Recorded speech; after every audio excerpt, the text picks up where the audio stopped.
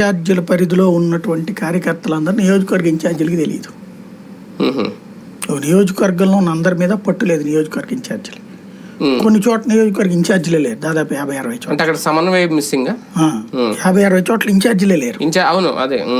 ఇట్లాంటి చోట్ల ఏమవుతున్నది, కార్యకర్తకి ఏదైనా కష్టం వస్తే ఇప్పుడు పేపర్లోనో టీవీలోనో వస్తే అప్పుడు ఫాలో అప్ చేయడానికి ఒక టీం ఉంటుంది. అది కూడా వీళ్ళు పెట్టుకున్న మానిటరింగ్ టీంకి తెలిసినోడు అయి ఉండాలి, లేకపోతే లోకల్గా బలైపోతున్నాడు. వీళ్ళు లోకల్ వాళ్ళకి ఫోన్ చేసి ఏందని అడిగితే మనోడు కాదులే అన్నాడు, మామూలుగా అట్లా తిరుగుతుంటాడు, ఈ టైపులో మాట్లాడుతుంటారు. అంటే ఇక వాళ్ళ సావుకాళ్ళు వదిలేసినట్టు అయిపోతుంది. ఇది జరిగితే రేపు పొద్దున కార్యకర్తల్లో ఒక నైరాశ్యం పెరిగిపోతుంది.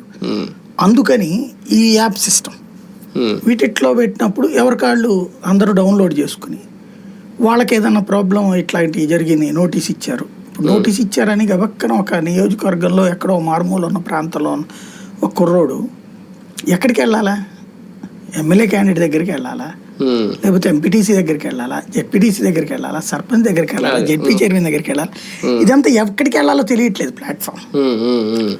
వాళ్ళు ఎవరికన్నా అనుచరుడు అయితే పర్లేదు, కానీ ఇక్కడ అనుచరుల కాన్సెప్ట్ ఎక్కువ ఉండట్లేదు. వీళ్ళకి ఫస్ట్ నుంచి వచ్చింది ఏంటంటే సమన్వయ లోపం. నాయకులు కార్యకర్తల మధ్యన సమన్వయం లేదు వీళ్ళ దగ్గర. నాయకులు ఏదో వాళ్ళ గ్రూప్ ఒక 40-50 మందినో 100 మందినో పోగేసుకుని